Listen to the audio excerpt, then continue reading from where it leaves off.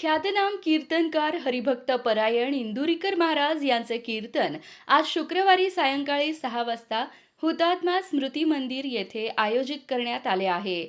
सामूहिक विवाह चळवळीचे प्रणेते ब्रिजमोहन फोफलिया यांच्या अमृत महोत्सवी वाढदिवसानिमित्त या विशेष कीर्तनाचे आयोजन करण्यात आले आहे. कार्यक्रमासाठी सर्व नागरिकांना मोफत प्रवेश देण्यात आला आहे.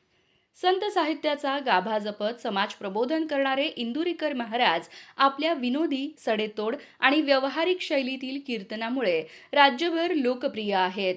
ग्रामीण भाषेचा सहज वापर करत ते समाजातील विसंगती, अंधश्रद्धा, व्यसनाधीनता, हुंडाबळी, फसव्या बुवाबाजी यासारख्या विषयांवर परखड भाष्य करतात.